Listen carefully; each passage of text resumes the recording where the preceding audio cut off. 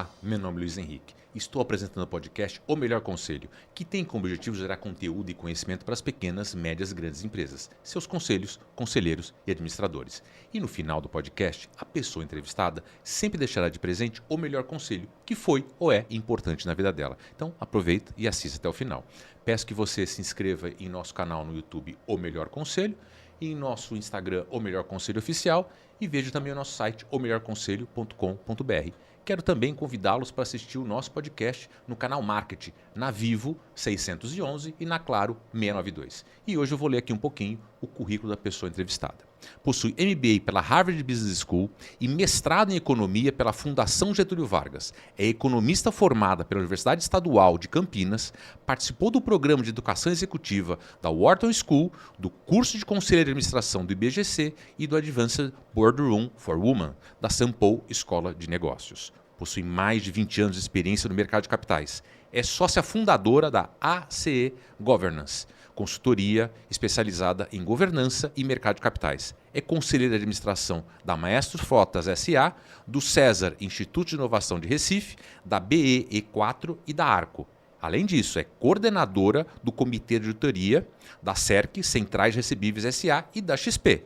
Foi conselheira de administração da XP e conselheira fiscal do Bradesco. Atuou como diretora da B3, participou da criação do novo mercado e coordenou 2 revisões de suas regras. Liderou o projeto Ofertas Menores para desenvolver o mercado de acesso no Brasil.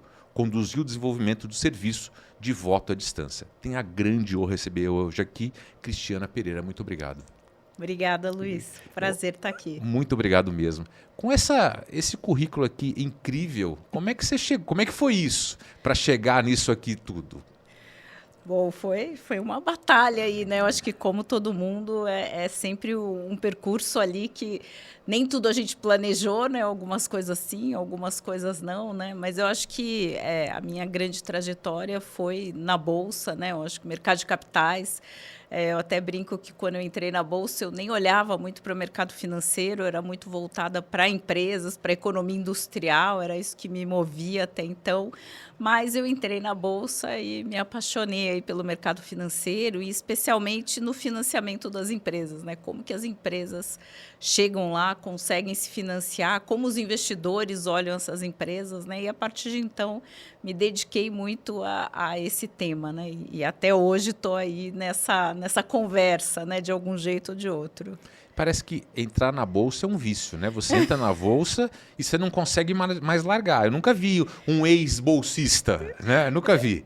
Eu brinco, né? Eu saí da bolsa, mas eu brinco que a bolsa não saiu de mim, né? Então, acho que é meio que um vício mesmo, né? Todo mundo entra ali e aquilo passa a ser parte do seu dia a dia, né? Você fica com aquela adrenalina, com aquele envolvimento, né? Eu acho que a bolsa também tem esse lado de um olhar ali muito de curto prazo, né? De você estar envolvido naquele curto prazo, ainda que muitas das decisões sejam de longo prazo, né? E eu acho que, especialmente, quando a gente olha das empresas, né? Eu sempre brinco que as empresas buscavam lá tocar campainha na bolsa. Eu falo, mas existe vida depois da campainha, né? E eu acho que essa é uma preocupação, né? O que a gente faz depois que vira uma companhia aberta, depois que está ali.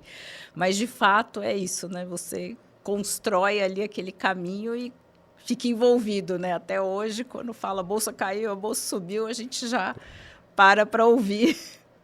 E fica aquela maluquice, né? Todo mundo na bolsa. E naquela época, né, tinha aquela gritaria toda, né? O pessoal com papelzinho fazendo. Hoje é um pouco diferente, né? Bem diferente. Quando eu entrei na bolsa, eu brinco que eu era tour guide de pregão, né? Eu ficava explicando para as pessoas quem estava comprando, quem estava vendendo, o que era aquele movimento todo, né? E claro que hoje, com a tecnologia, hoje as coisas são... Pelo menos lá no prédio da Bolsa, ninguém vê essa confusão, né? Isso está nas mesas das corretoras, a compra, vende toda aquela adrenalina, né? Mas hoje é tudo eletrônico, né?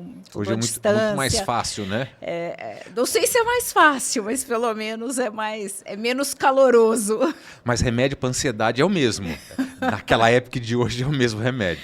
Precisa ter bastante, né? A gente fala, né? O investimento em bolsa requer ali uma atenção grande, né? E é óbvio que tem a correria ali do dia a dia, sobe, desce, cai, vende, compra, mas tem o longo prazo, né? Você tem que olhar as grandes tendências, né? Então, às vezes é difícil tirar um pouco, olhar para, né, um pouco mais de cima para conseguir ter essa perspectiva. Eu me lembro quando teve aquela quebradeira lá 2008 e tal, e todo mundo angustiado que o mundo vai acabar, né?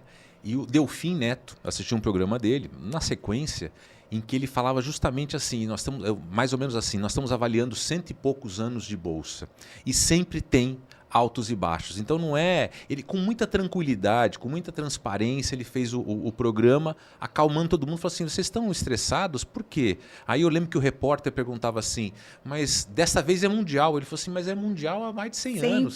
Sempre foi mundial, não é agora. Então assim, não tem uma coisa pontual. E ele com muita tranquilidade falando sobre isso. Eu falei no começo, a abertura da empresa que você abriu, eu não sei se eu cometi um equívoco, eu falei ACE ou é ACE? A gente fala ACE. Fala ACE. Então, agora sim eu acertei. Então, você montou essa consultoria chamada ACE. Essa consultoria, ela está focada em quê? Como é que você conduz? Por que você montou essa consultoria? E o que ela está propondo hoje? Então, acho que justamente coincide com a minha trajetória, né, na Bolsa. Eu acho que eu trabalhei um tempo olhando os investidores que iam buscar as empresas, investir nas empresas da Bolsa, especialmente os investidores estrangeiros, né, como que eles olhavam, como eles analisavam. E depois passei a acompanhar as empresas e as empresas que queriam se listar na Bolsa, né? E o grande trabalho que eu tinha era identificar empresas que tinham potencial de um dia tinham potencial e a intenção, né? Muitas vezes tinha empresa que a gente via que tinha um potencial, mas não existia a intenção, e tinha empresas que tinham intenção, mas ainda não estavam preparadas, né? Então, muito do meu trabalho, né, da minha equipe, era conversar e preparar essas empresas para chegar na Bolsa, né? Conectar com os intermediários financeiros, conectar com os bancos, auditorias, com os advogados, com todos os assessores que pudessem contribuir para esse caminho. Mas na Bolsa, o nosso papel tinha um certo limite, porque a gente era uma visão mais institucional. A gente ia, conversava, transmitia, propagava essa mensagem, mas a gente não podia dar mais nenhum passo, né? A gente acabava olhando a governança de fora. E a Bolsa também desenvolveu muitas regras de governança, né? Eu acho que eu e as minhas sócias, todas nós trabalhamos na Bolsa e a gente tinha um pouco dessa vontade, mas e aí? O que acontece do outro lado, né? O que acontece com a empresa? Como que essa governança é implantada? Como isso acontece, né? Como esse desenvolvimento vai ocorrer? E a gente queria muito apoiar nesse processo. Então, quando a gente saiu da Bolsa, a gente decidiu constituir essa consultoria para justamente apoiar as empresas, não necessariamente que queiram ir para a Bolsa, também, né, a gente acaba sendo mais conhecida por essa trajetória, mas empresas que quisessem melhorar a sua governança e se preparar para acessar capital de alguma maneira mais eficiente, né? Então, acho que a gente pôde aí ir para o outro lado e apoiar a governança das empresas, e a gente faz isso tanto como consultoras ali, quanto também participando diretamente da governança, né? Como conselho, comitê de auditoria, enfim, né? Eu acho que muito da nossa visão é construir boas estruturas de governança para viabilizar negócios de diferentes portes. Quer dizer, é uma visão interessante. Vocês tinham um conhecimento bolsa e vocês fizeram uma ponte, deixa eu ver o outro lado, a empresa para entrar na bolsa ou não. Então, vou estruturar essas empresas, vou aconselhar essas empresas para que elas entrem na bolsa. Então, todo o teu conhecimento interno de bolsa foi importante para você estruturar a ACE nesse sentido. Isso. Agora, a gente percebe, e aí eu queria que você confirmasse ou não, as empresas que vão participar de bolsa têm um pouco de deslumbramento também, né? O ego de falar, a minha empresa estará na bolsa, eu vou abrir o capital, vou abrir um IPO, vou tocar um cine em Nova York, né? Quer dizer, também tem que trabalhar o lado emocional desse empresário, desses empresários todos, para falar, calma que você não está preparado? Precisa. Até um ex-chefe meu, quando eu falei desse projeto, né, de criar consultoria, ele me falou, você é economista, né? Você sabe que esse projeto é muito mais de psicologia do que de economia, né? Eu falei, não, eu tô preparada. E eu acho que tem isso, né? Eu acho que, e ainda mais no Brasil, que a gente tem janelas, né? Tem momentos em que a gente tem muitos IPOs, tem momentos que a gente não tem IPOs. É como se aquilo fosse, não, é agora ou nunca, né? Então, quando abre uma janela, todo mundo tem que sair correndo e fazer o seu IPO. Quando muitas vezes a empresa não está preparada, né? Não tem a estrutura, não tem a condição. E eu sempre falo, né? Você precisa entender por que está fazendo aquele IPO, né? Qual é a necessidade do recurso, por que aquela alternativa e não outra, né? Não existe só o IPO como alternativa de financiamento. É claro que tem o glamour, né, de tocar campainha, ainda mais se for em Nova York, né? Mais glamour ainda, mas de fato é preciso a empresa estar preparada, né? Como eu falei, existe vida depois do toque da campainha, né? A empresa vai ter que, né, executar o plano que ela se propôs, atuar como uma companhia aberta a partir do momento que ela toca a campainha, né? Então, é preciso ter muita consciência, né? Consciência da estrutura que a empresa tem, consciência da necessidade que ela tem de capital, consciência daquele plano que ela está se propondo a executar e consciência das obrigações que ela vai ter a partir dali, né? Então, acho que, na minha experiência, a grande maioria das empresas chega na Bolsa pouco preparada. Mas vai ter uma preparação. Ela chega, vamos dizer, parcialmente preparada, do ponto de vista formal, claro que ela está preparada, ela tem que cumprir uma série de exigências ali do regulador, da própria Bolsa, mas ela vai levar um tempo para se estruturar adequadamente, né? Então, acho que eu sempre falo isso para as empresas, olha, vamos fazer o checklist ali, mas é necessário, mas depois a gente vai ter que se estruturando de maneira mais adequada. Quer dizer, então, é uma condição extremamente conectada você ter um planejamento estratégico antes de você passar, porque é como você falou, eu vou para a Bolsa, é legal, é bacana, vou tocar sino, aquele negócio todo, mas você não pode se esquecer como empresário, como família que vai para a Bolsa, que você agora passa a ter sócio. Exatamente. Então, o problema é assim, ai que legal, vou tocar o sino, vou para lá e vou pegar um dinheirão e vou colocar na empresa, mas agora quem tem sócio tem patrão. É mais ou menos o que você está falando. Exatamente. E o planejamento estratégico é crucial porque eu tenho que explicar por que eu estou optando por esse caminho de financiamento. O que eu vou fazer com esse dinheirão? Né? Porque, às vezes, ter muito dinheiro, e a gente já viu, teve ondas de IPO que as empresas captaram muito dinheiro e não tinham como aplicar aquele recurso. Causa frustração do investidor, né? E o investidor de mercado de capitais, ele é rápido, ele é atento, tem gente até que, né, critica de ser um investidor talvez com muito olhar no curto prazo, mas, de fato, ele quer um compromisso. Bom, qual o planejamento? Como você vai usar esse recurso? Qual o retorno que eu devo esperar desse recurso? Né? Então, a gente pode até discutir se é muito curto prazo, muito longo prazo, mas, de fato, eu tenho que ter clareza de qual é o plano, de como eu vou usar aquele recurso, de como eu estou preparado para enfrentar a demanda do mercado, né? Eu vou ter acionistas que vão estar no mercado brasileiro, ele é muito internacionalizado, então eu vou ter investidores no mundo todo. Como que eu atendo esses investidores? Como que eu me comunico com eles? Né? É diferente de eu ter que me comunicar só com as pessoas que estão nessa sala, né? Ou o meu sócio, ou a família, né? Eu tinha uma estrutura de comunicação que era restrita ali àqueles sócios que estavam até no dia a dia da companhia.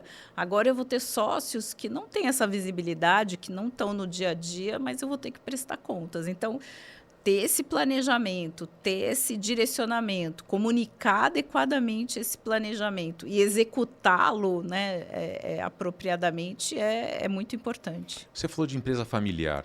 Quando você faz esse trajeto com a empresa familiar e logo depois que sai, né, a abertura na Bolsa e ela pega o dinheiro e tal, e ela se depara agora com ter novos sócios. Você percebe que se a família não estiver bem preparada emocionalmente, vocês fazem isso, se tem esse caminho, você percebe até uma frustração na família se ela não estiver bem preparada no day after? Eu já ouvi de empresários essa frustração, né? Por não entender antecipadamente o que estava para acontecer, né? Eu acho que uma vez na Bolsa a gente fez uma pesquisa, teve um boom de IPOs 2006, 2007, e aí depois a gente conduziu uma pesquisa com os empresários, né, com os fundadores, para entender se tinha sido positivo ou não. E o que eles fariam de diferente, né? E aí a grande maioria achou positivo, o que foi bom, mas vários disseram, né? A grande maioria disse, olha, se eu soubesse o que significava abrir o capital, as obrigações, as exigências, eu teria começado a me preparar antes.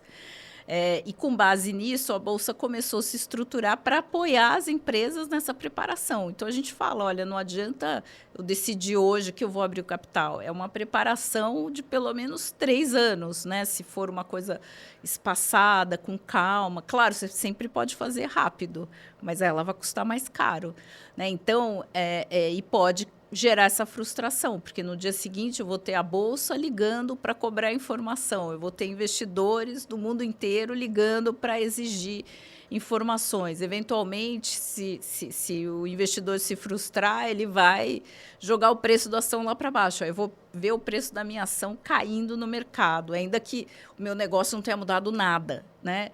Então, eu preciso entender esses mecanismos, entender o que significa tá no mercado de capitais para poder tirar o melhor proveito disso, né? Inclusive com a gestão dos novos stakeholders agora, né? Como é que eu vou fazer para gerir esses novos stakeholders que estão dentro da minha empresa? Quer dizer, eu não estava preparado para isso, que é o que você estava falando até agora. Muitas empresas, eu participei da preparação dos funcionários, né? Assim, as empresas que estão com capital aberto na Bolsa, elas têm restrição de informações que elas divulgam ou não divulgam.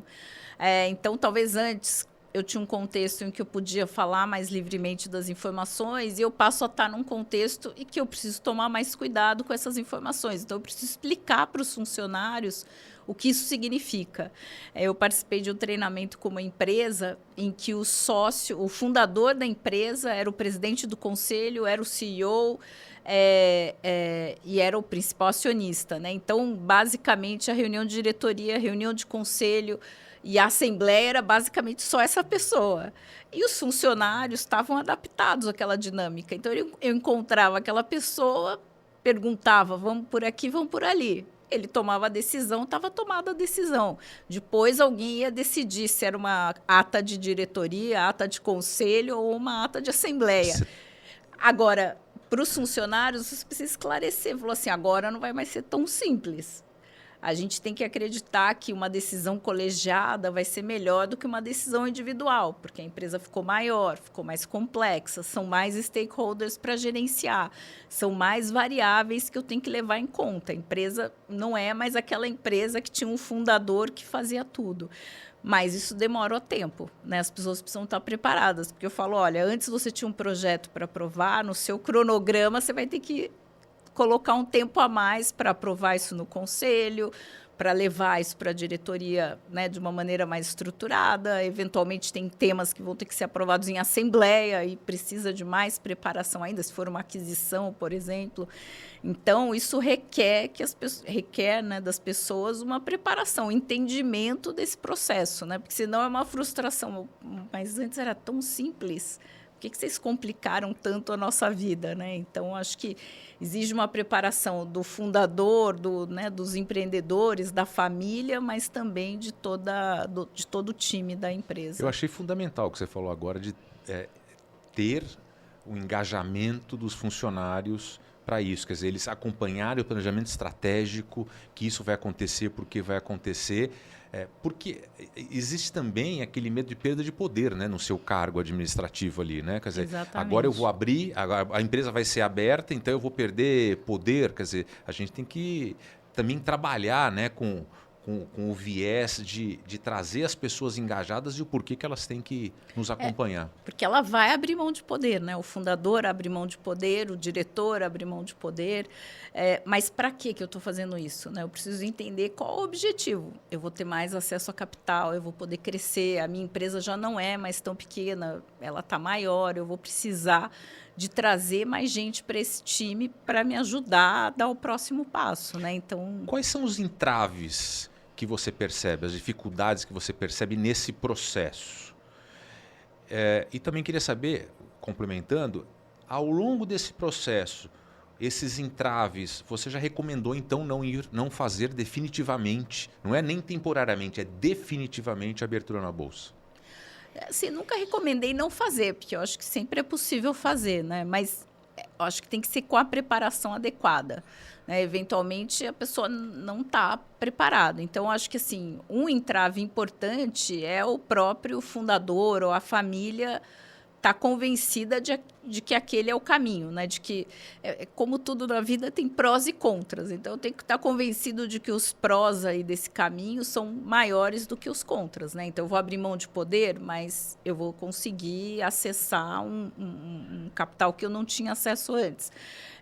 Eu vou ter um percentual menor do capital da companhia, mas eu vou ter um percentual que, no valor absoluto, é muito maior do que o que eu tinha antes de 100%. Mas eu preciso entender isso, né? Então, acho que primeiro é uma motivação dos tomadores de decisão em última instância, né? Fundador, família, os sócios iniciais. Depois você tem toda uma preparação de estrutura, né? Eu já vi empresas que na parte contábil, financeira, eu perguntava, mas qual o desafio de, por exemplo, ter uma informação trimestral, né? Revisada pela auditoria, e a pessoa não sabia nem dizer qual era o problema. Se eu não consigo ter essa informação preparada a tempo, eu assim, mas por quê? Eu também não sei. Então, eu falei, então vamos fazer um ensaio, vamos monitorar uma preparação trimestral e ver onde está o gargalo, porque a gente tem que começar a conseguir entregar isso num prazo adequado. Então, entregar as informações, ter uma estrutura gerencial que seja compatível com o contexto de companhia aberta é fundamental.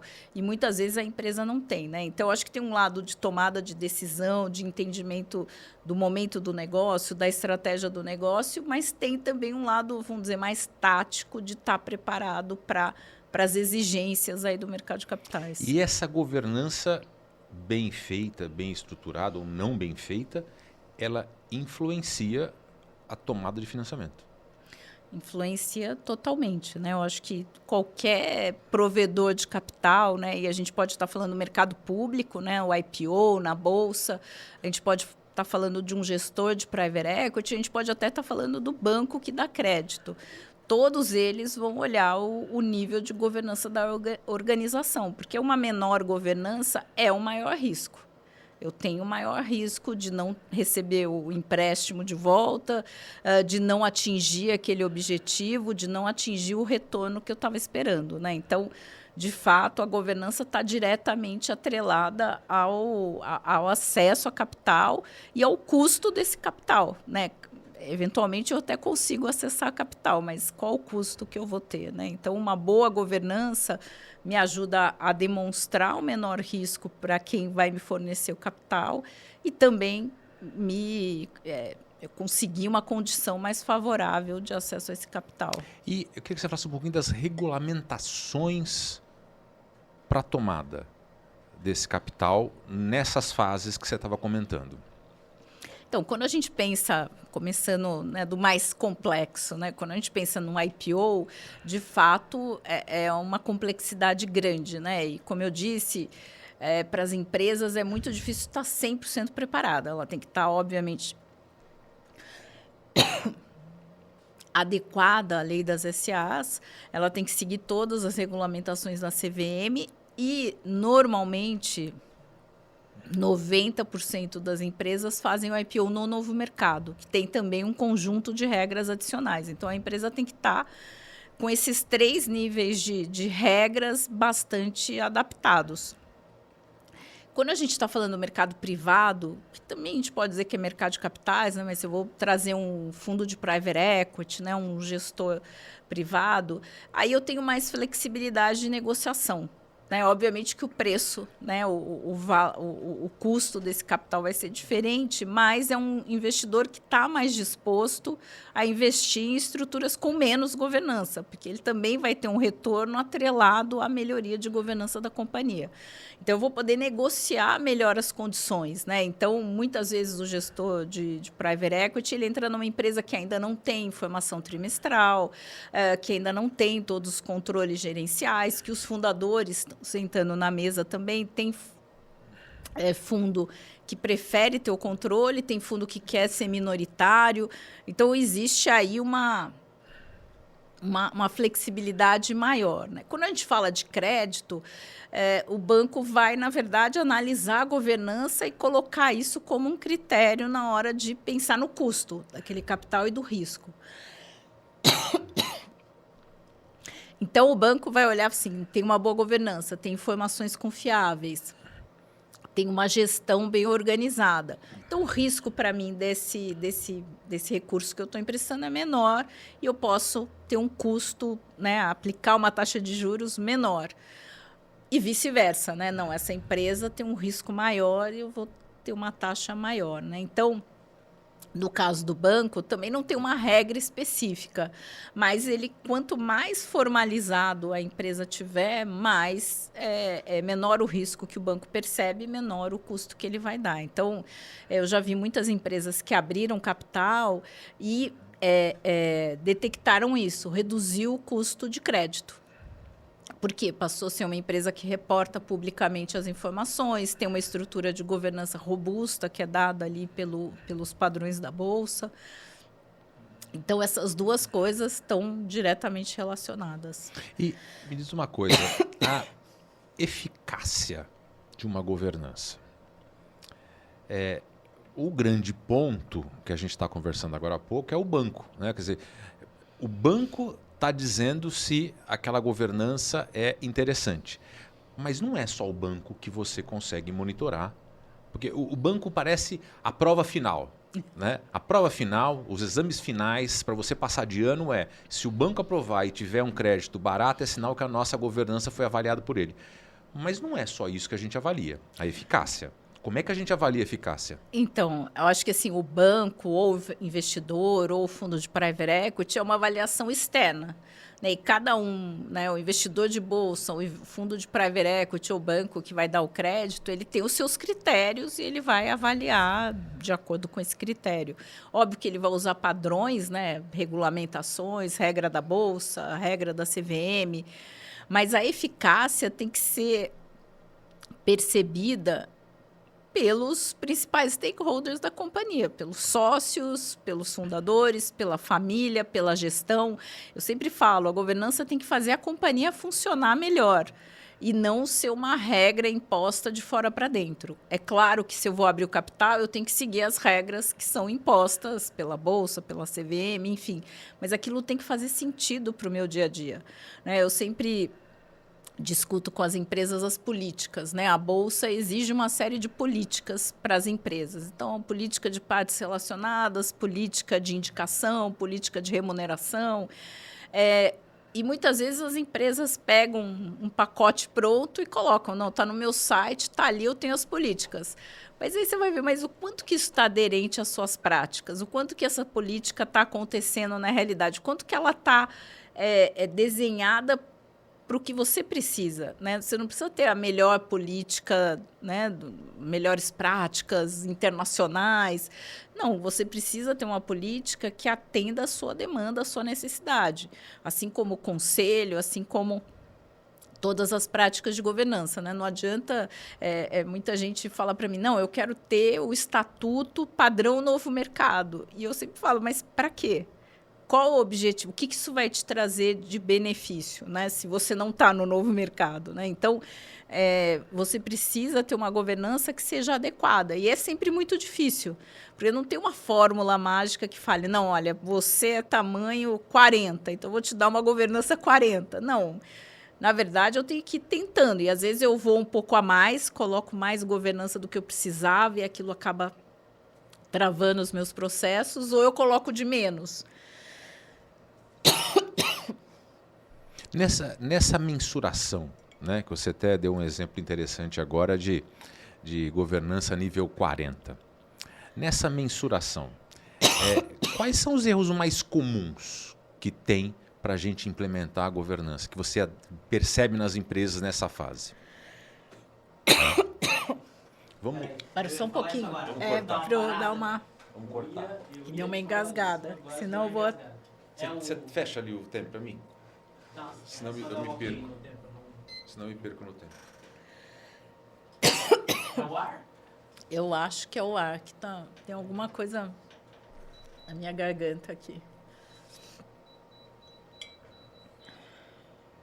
Quer mais água? Tem mais água? Não, tem água. Quer água? Não, tem aqui. Tem. Eu. Não, vamos esperar um pouquinho. Só pra. Não posso desligar o ar por causa do barulho. O ar tem um ruído. Se a gente para, muda o som do programa. Muda o som.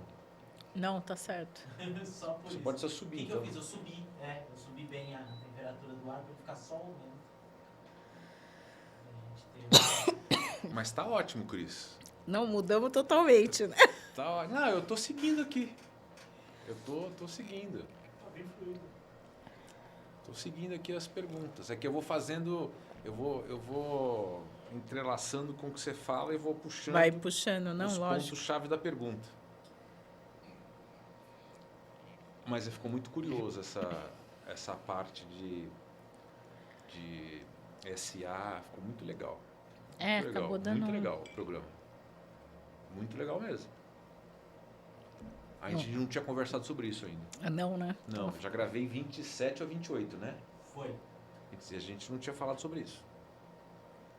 Um novo filão aí. Uma coisa que eu vou trazer gente, vai ser gente de seguro.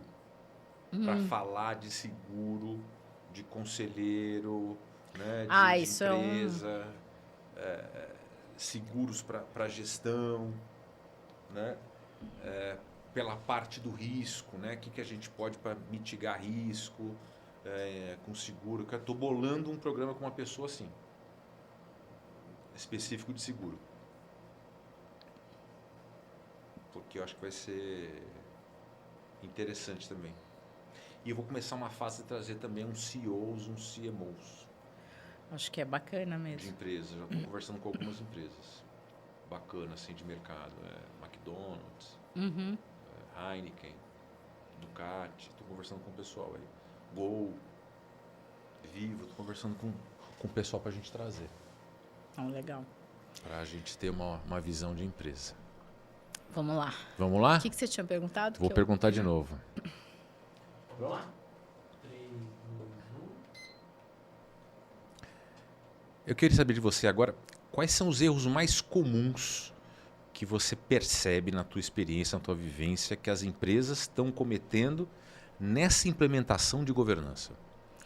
Eu acho que o erro mais... Assim, eu acho que o primeiro é o que eu falei, né? Assim, a pessoa não entender por que ela está fazendo aquilo, né? Eu acho que esse entendimento inicial é importante, porque às vezes a gente vê ali a pessoa, não, eu preciso ter governança, eu preciso fazer, e você fala, mas por quê? Qual o seu objetivo? O que está... Onde está doendo, né? Qual é o problema que a gente está tentando resolver aqui? E eu acho que o outro é pegar a fórmula pronta e tentar aplicar diretamente, né? Então, eu acho que assim, as pessoas gostam de falar, qual a melhor prática? E eu sempre falo, né, existe uma melhor prática, mas essa melhor prática, normalmente, ela é desenhada por uma grande empresa que está listada na Bolsa, que tem uma dispersão acionária. Se você é uma empresa fechada, familiar, que a família está ali participando do negócio, talvez a melhor prática de uma grande empresa não seja a melhor prática para você, né? Então, não dá para importar modelos para a empresa. Então, eu vejo, às vezes, alguns exageros. E aí, a frustração com a governança, como a governança tornou a minha empresa muito burocrática, a gente está travado, a gente não está conseguindo tomar decisão. Eu falo, então, a gente precisa rever a governança para fazer algo que faça sentido para a sua empresa. Porque a governança, no fim do dia, são mecanismos, estruturas, fundamentos que te ajudam na tomada de decisão, te ajudam na definição da estratégia, na definição do caminho e no acompanhamento disso. Se isso não está acontecendo, não adianta a gente falar que eu tenho um conselho com as melhores práticas, com independente, com isso, com aquilo, porque eu preciso voltar para o começo e redesenhar aquela estrutura de governança, né? E eu acho que esse é o lado mais difícil, né? Mas será que o mais difícil, será que não é a resistência interna? Eu acho que a resistência também vem por esse lado, né? Eu já passei por empresas que tinham essa frustração. A gente tentou implantar um conselho, não deu certo. Aí eu sempre pergunto, mas o que não deu certo? Por que não deu certo? Né? O que aconteceu? E, às vezes, foram as pessoas que foram selecionadas, né? É sempre difícil você chegar com pessoas externas à companhia, né? Especialmente quando a gente está falando de empresas familiares.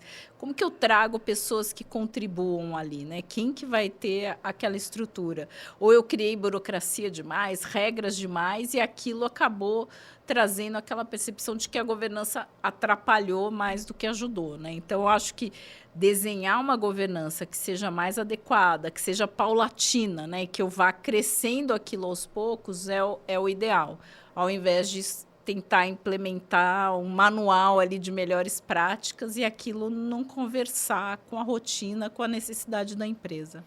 Você percebe uma resistência maior, se é que tem, nos funcionários, nos colaboradores, ou às vezes na própria direção da empresa? Ou não tem uma regra? Eu acho que não tem uma regra, né? Muitas vezes, acho que na maioria das vezes, quem puxa a governança são os donos da empresa, né? Eles precisam estar convencidos de que aquilo vai ser positivo. Eu lembro uma vez, numa startup, fui convidada para fazer parte do conselho, a gente estabeleceu um conselho, e aí o fundador da empresa, que era uma startup, ele falou, mas quantas reuniões a gente tem que ter? O que a gente tem que fazer isso? Será que a gente tem que ter um comitê? Eu falei, não precisamos ter um comitê, é uma empresa muito pequena, né? Vamos ver, do ponto de vista formal, até porque era uma SA, ele era inscrito como SA, mas eu falei, a gente tem essas obrigações, a gente pode se reunir 3 vezes por ano, aprovar as demonstrações financeiras, aprovar o orçamento, planejamento do ano seguinte, é isso que a gente tem que fazer, essa é a obrigação legal. Agora, eu te pergunto, o que você precisa? Por que você quer ter esse conselho? O que a gente pode contribuir para o seu negócio, né? Então, acho que os donos de empresas, famílias, têm que pensar, bom, o que eu estou precisando?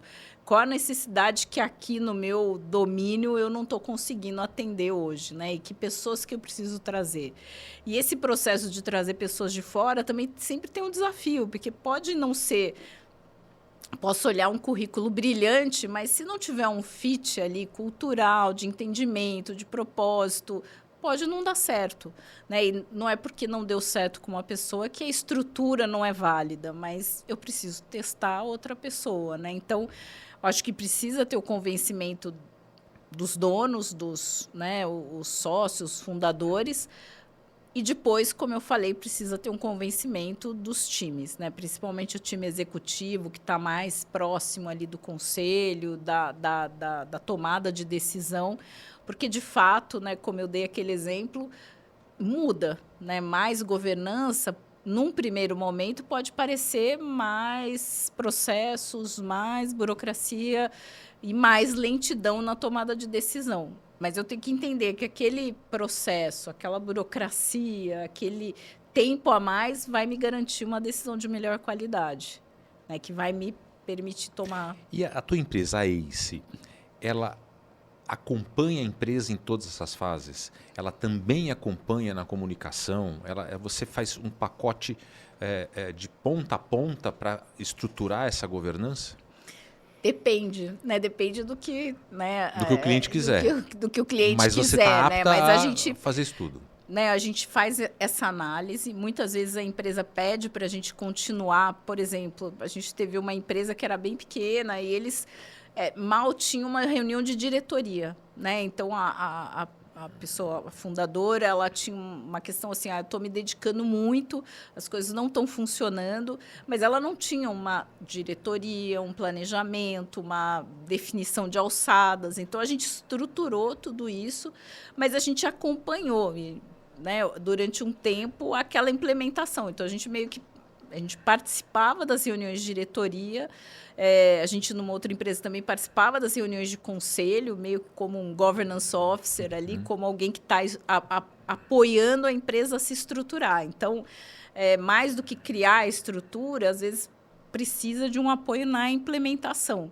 E, às vezes, também a gente vai na parte de avaliação, que você falou da eficácia, né? Como que a gente avalia se aquele conselho está funcionando adequadamente, né? A diretoria, todo mundo avalia, né? Porque avalia se atingiu a meta, se atingiu o resultado, já tem processos mais estruturados de avaliação. O conselho já é um pouco mais subjetivo. Como que eu avalio o conselho? Claro, existem metodologias, existem processos, mas a gente também entra nesse sentido de avaliar o conselho e avaliar aquela estrutura de governança, se ela de fato está trazendo aqueles objetivos que eram esperados ou se ela está travando alguns processos, né? Como é que você enxerga tendência futura de governança? Tem alguma coisa hoje na base que você está percebendo no mercado e que vai criar um novo jeito em breve de governança? Eu acho que uma mudança importante, né? Acho que assim como o risco, né? Muitas vezes a gente fala risco é um problema de todo mundo da empresa, né? Não é um problema da área de risco, né? A área de risco está ali para aportar metodologia, facilitar a comunicação, padronizar, mas cada área, cada gestor é responsável pelo risco da sua área, né? Então, eu entendo que governança também é assim. Governança não é uma responsabilidade do conselho, do sócio ou da diretoria, mas é uma responsabilidade de todo mundo que faz parte da companhia. Além disso, a gente tem olhado governança para além da própria companhia, né? Quando a gente fala de stakeholders, né, a gente está falando, olha, a minha governança tem que dar conta de uma série de outros aspectos, né? Qual o impacto ambiental? Qual o impacto social da organização, né? Então, a governança hoje é mais complexa, né? Eu tenho que pensar em mais elementos.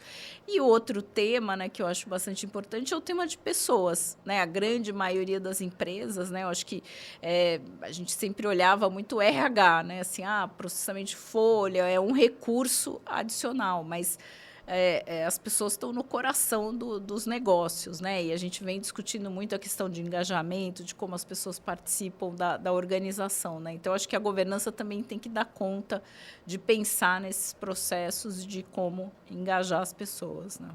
Cris, agora chega a hora do programa que eu cobro um presente. Porque eu cobro o presente. E eu gostaria que você deixasse de presente para a gente aqui o melhor conselho que você tem, que foi importante ou é importante na sua vida profissional ou pessoal, enfim. Eu vou deixar aí um conselho na área de governança, né? Assim, eu acho que na minha jornada, na minha experiência, né? Eu acho que as pessoas precisam refletir, né? E eu acho que é importante isso. Qual é a melhor estrutura, né? Como eu falei, não se pegue a modelos que alguém disse que é a melhor prática, que alguém disse que não sei aonde se aplicou. Eu acho que essas referências são válidas, mas é sempre importante olhar, qual o tamanho, né? Que roupa que eu quero usar, né? Qual é o figurino que eu quero para o meu negócio, né? E eu acho que essa reflexão é importante. Não adianta sair correndo para resolver o negócio, porque a governança vai precisar de um tempo para se estruturar, para maturar e para se adequar ao seu figurino. Nada de Ctrl+C, Ctrl+V. Nada. Nada disso. Cristiana Pereira, muito obrigado pela sua presença. Eu gostei bastante. O pessoal que também está assistindo, com certeza, ficou muito encantado com tudo que você trouxe para a gente, de um viés muito diferente sobre SAs. Muito obrigado. Muito obrigada, Luiz. Muito obrigado. Agradeço a você que nos acompanhou até agora. Peço que você se inscreva em nosso canal no YouTube, O Melhor Conselho, o nosso Instagram, O Melhor Conselho Oficial, nosso site, omelhorconselho.com.br, e também que nos acompanhe no canal Marketing, na Vivo 611 e na Claro 692. Muito obrigado e até o próximo episódio.